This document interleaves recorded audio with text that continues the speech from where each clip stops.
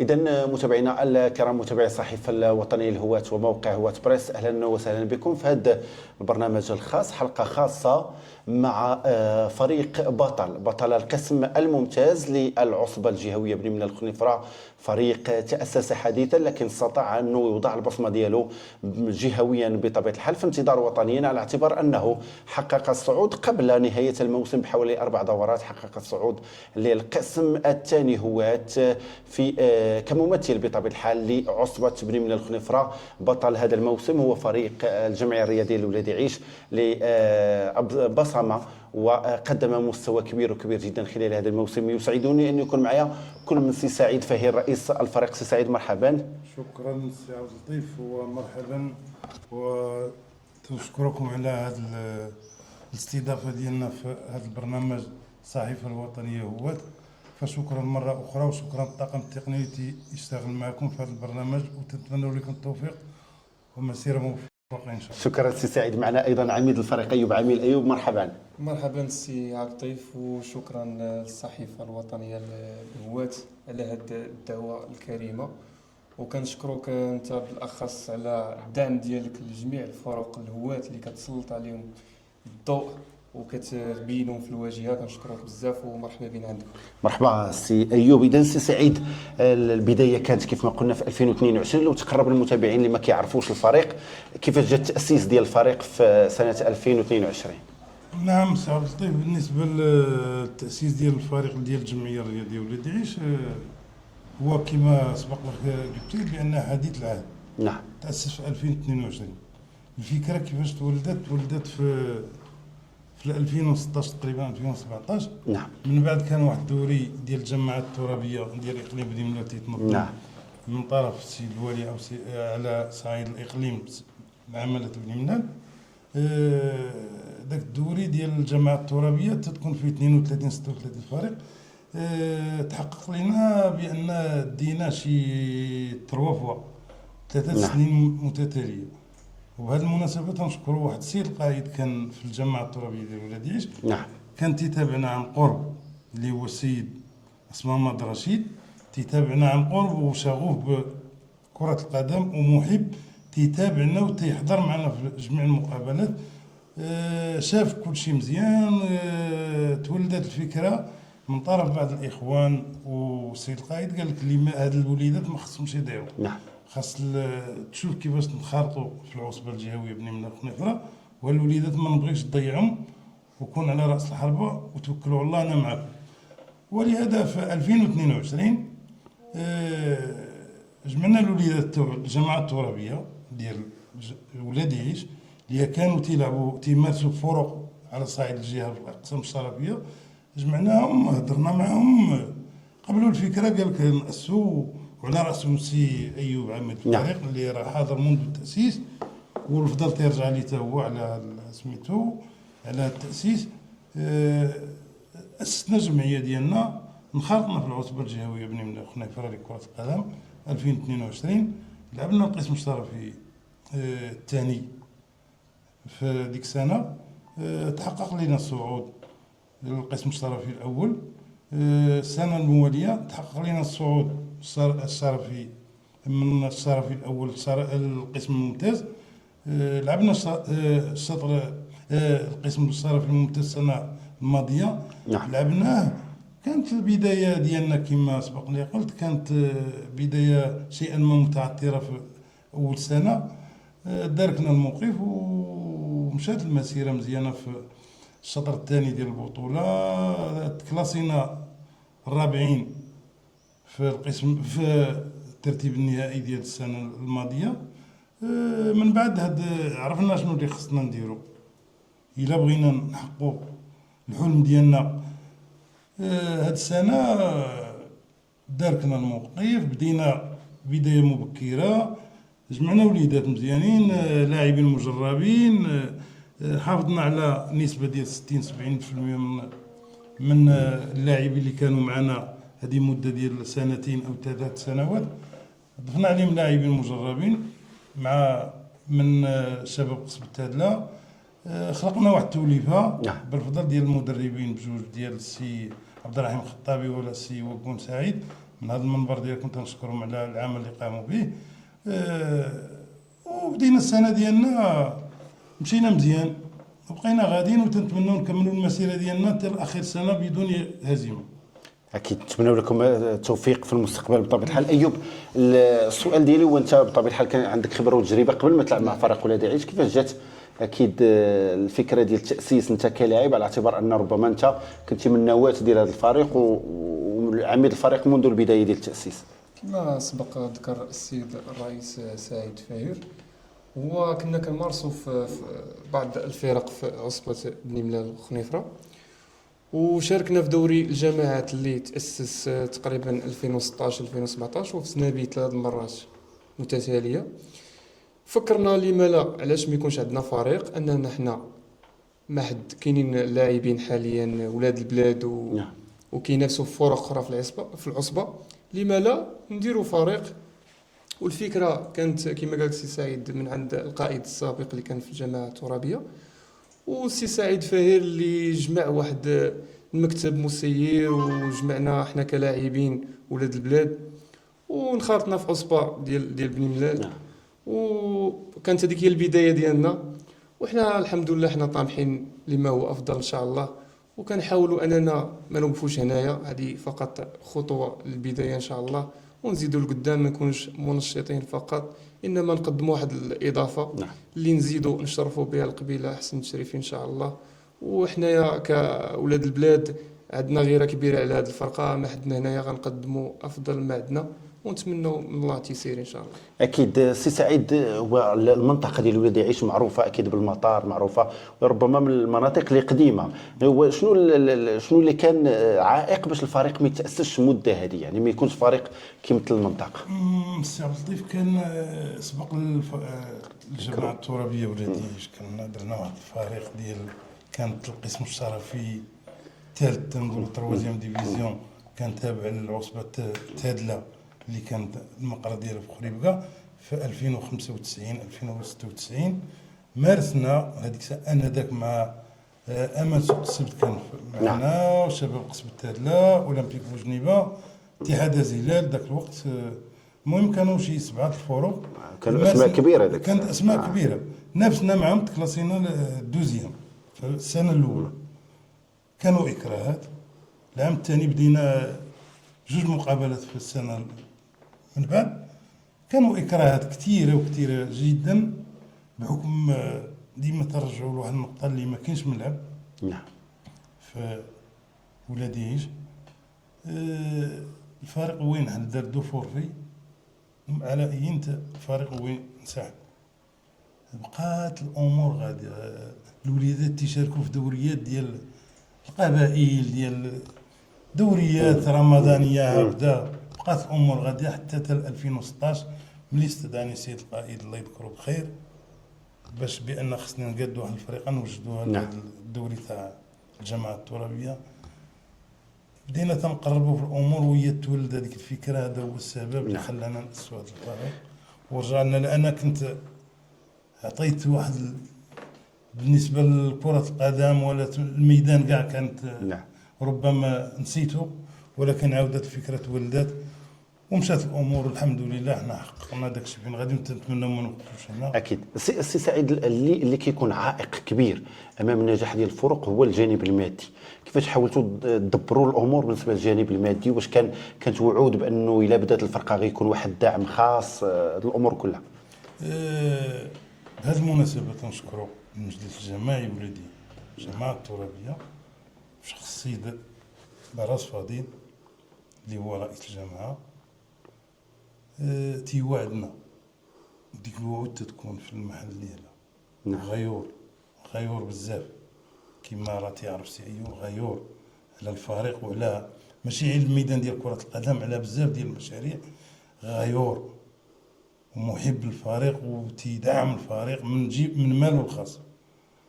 من حنا دارنا واحد المنحه في السنه الاولى، واحد المنحه ديال 80,000 درهم، مشينا بها. الامور كانت البدايه. كنا تنستقبلوا في قريه الزوائر اللي هي ملعب ترابي، ملعب ترابي تابع للجماعه الترابيه ديالنا بحكم ولادي يعيش تتكون من 3 القبائل، ولادي يعيش مركز بزازة، ولادي يعيش استقبلنا دوك لي سنتين ديال القسم الشرفي الثالث والشرفي الثاني والشرفي الاول استقبلنا في الزوار. ملي تفرض علينا سانتيتيك تنوجهوا الشكر للمجلس البلدي ديال القسم التادلة على توفيرهم جميع الظروف وجميع الشروط تلعبوا فيها كأننا تلعبوا في بلادية. الإكراهات اللي عندنا ما كانش عندنا إكراهات بحكم الملعب. نعم. هو اللي عندنا مشكل الإكراه ديال الملعب، ديال الملعب والحافلة. نعم. حافلة نقل، هذا هو الإكراه اللي عندنا. بالنسبة للمسائل المادية درنا شراكة مع المجلس السنة الفارطة ولا هذه السنة ديال 250 ألف درهم. كل سنة ممكن تغير على حسب الصعود نعم. أو النزول. نعم. إلا نزلنا غادي ينقصونا من نعم. المنحة، إلا طلعنا غادي يزيدوا في المنحة. وربما بالنسبه لهذا القسم نوعا ما كافيه المنحه، مقبوله نوعا مقبوله من المجلس الجماعي. نعم. قسم ممتاز. نعم. الشكر نعم. على الدعم ديالهم. تنزيدوا ذاك الدعم تاع مجلس الجهه. نعم. تنسيروا الامور، تنسيروا الامور. المهم ما خصناش ما عندناش. الامور راه بخير وعلى خير. حنا ورا الفريق اللي خاصة نكملوها. الحمد لله الوليدات اللاعبين كاملين الله يعطيهم الصحة. الأمور غادية مزيان والله يوفق الخير. أكيد.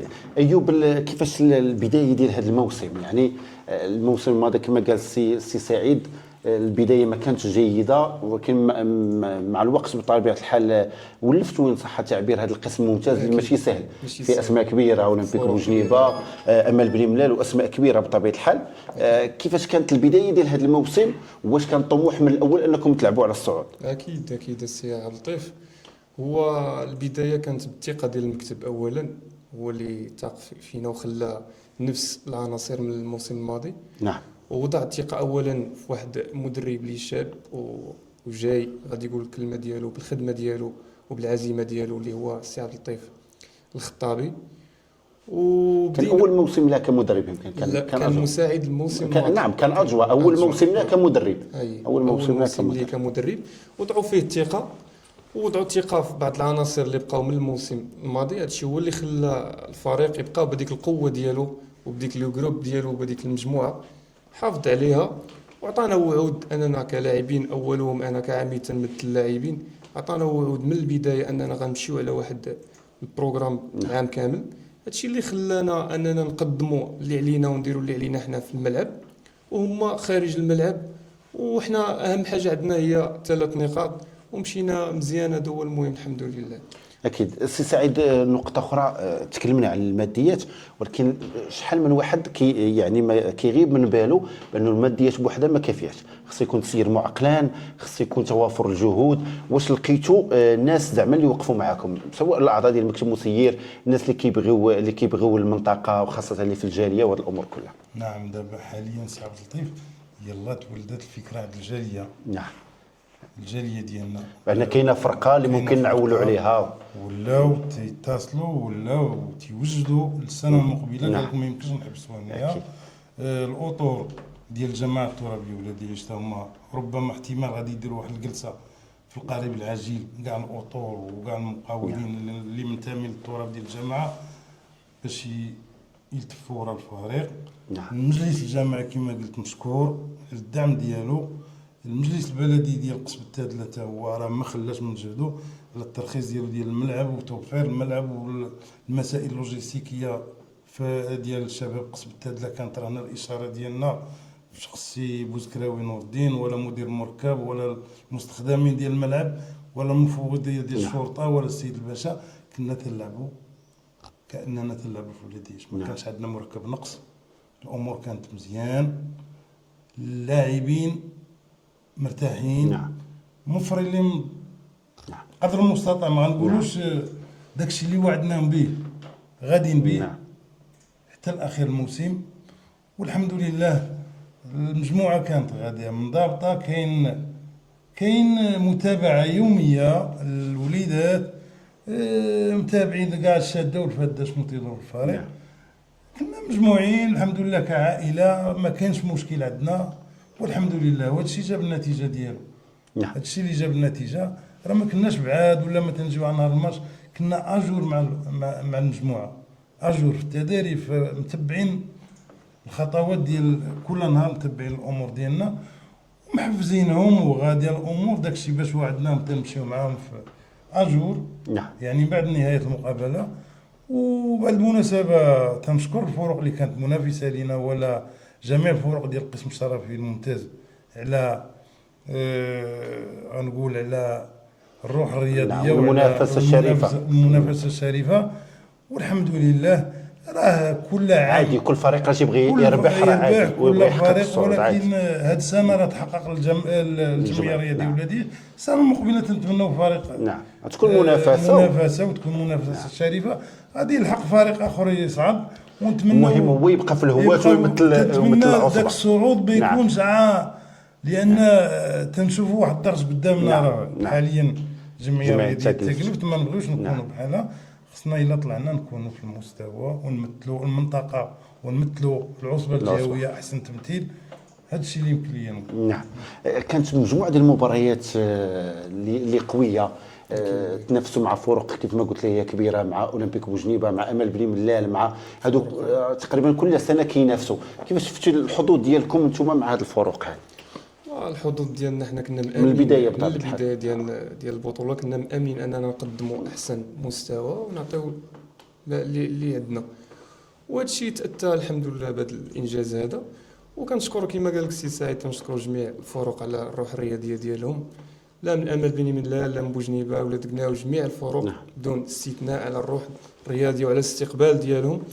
وكنتمناو انه جميع الفرق تقدم واحد الصوره زوينه اللي كتمثل عصبه بني من الخنيفره، وهذا ما كاينش. اكيد. سي سعيد، ربما كيف ما تكلمتي على انه المهم هو الموسم المقبل. الان تحقق الصعود الحمد لله كيف ما كنتوا طامحين ليه. كيفاش كتشوف في الموسم المقبل كيف ما قلتي شنو اللي خص يتوفر باش ما يتكررش السيناريو ديال جمعيه تكلفت اللي تنتمناو ما يتكررش، وتبقى التمثيليه ديال العصبه الجهويه بني من الخنيفره كبيره في بطوله الهواة؟ نعم سي عبد اللطيف، ربما غنقول ما غاديش يتكرر. نعم. والحمد لله تنشوف السنه المقبله هي غتكون شاقه، ولكن هذه السنه المقبله راه غنكونوا عند حسن الظن. نعم. لان ملي تنوعد فريق منذ التاسيس ديالو ما عمرو امن بالهزيمه، عمرو امن بشي حاجه من غير الانتصار. الا لجات الامور تلعبوا من اجل الفوز فقط. نعم. تنديروا الطموح ديالنا هو الفوز والى الامام منذ التاسيس. ما عمرنا الا حسبت الاخوان عندهم تقريبا هاد 4 سنوات شحال من مقابله راه خاسرين واحد 6 ماتشات ولا 5 ماتشات تقريبا في هاد 4 سنوات.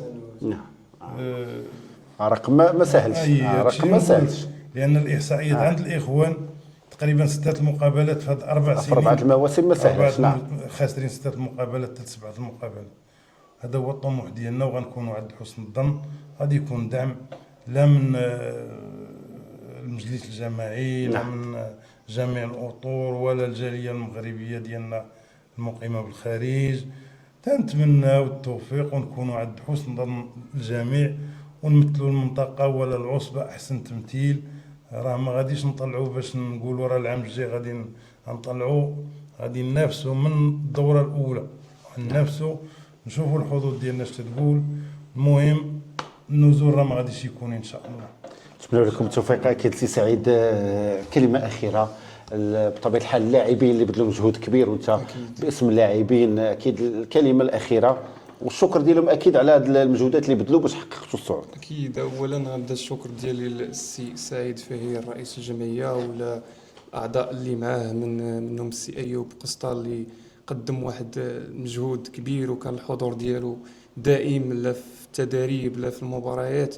تنشكروه بزاف، لا هو لا الاخوان جواد بوغرين، صلاح العباسي والاخوان جميعا اللي في الجمعيه كنشكرهم بالضبط. هما اللي يستاهلوا اكثر شكر واكثر محبه، هما اللاعبين اللي بقاو تحاول مع الفريق من الموسم. وكاين لعابه اللي كانوا من التاسيس ديال الفريق، من اول تاسيس من الكاتريام كانوا في فرق لا في ليسبوار لا سميتو، جاو ضحاو معاك، نزلوا معاك للكاتريام وفي ارضيات ترابيه. منهم انا ايضا. وكنبغي نشكرهم بزاف، وكنشكرهم على هذا العام اللي قدموا تضحيات بزاف. كانوا بعض المناوشات في الملاعب، هادشي اللي نتمنوا انه ما يبقاش في هاد العصبه ديال بني ملال الخنيفره.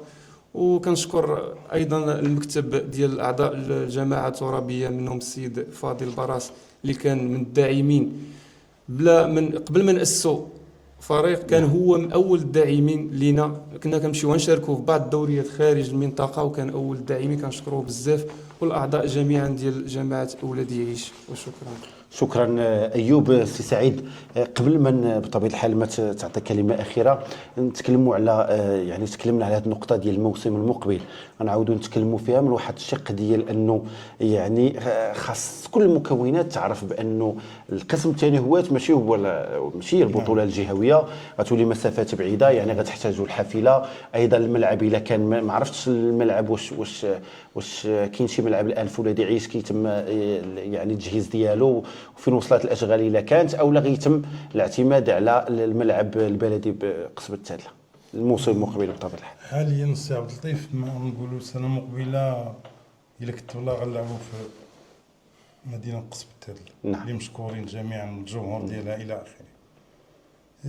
بالنسبه للملعب في الجماعه الترابيه، السيد الرئيس ولا المكتب الجماعي راه واضع الامور، راه قريبه الاشغال غادي تكون، راهم داخلين في نعم. المسائل القانونيه، راهم امور اداريه، الامور الاداريه واعيين بها. تنجد المكتب المجلس الجماعي يوفر لنا حافله، وتنطلب من الجماهير ولا من الاطور ولا من يلتفوا وراء الفريق، وراه يكون غير الخير ان شاء الله. وبالمناسبه تنشكر المنابر الاعلاميه منهم سكوب 24 اللي كانت تتابعنا في السراء والضراء، فين ما مشينا كان يتبعنا وتيوصل الرساله ديالنا والامور ديالنا فين غادا، تيبلغها الجاليه المغربيه ومتبعينه والى اخره. تنشكر المكتب المسير ديال الفريق ديال الجمعيه الرياضيه، كما قال سي ايوب، على راسهم السي ايوب ولا سي صلاح ولا سي جواد والاخوان كاملين مشكورين.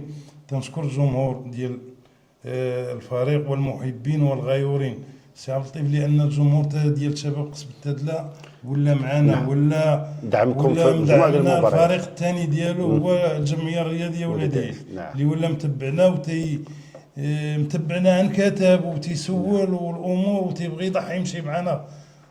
والحمد لله هذا شرف لينا. وتنتمنى وتنشكروكم، تنشكروا الصحيفه الوطنيه الهوة على الاستضافه ديالها في السي عبد اللطيف العمراني، وشكرا للطاقم التقني اللي معكم، ومزيدا من التعلق والعطاء. راكم تتنوروا هاد الاقسام الشرفيه ولا الاقسام الهوات، تتنوروا الراي العام فين واصله الامور والاكراهات والمسائل ديال راكم عن كتاب تتوصلوا الراي العام الشاده والفاده.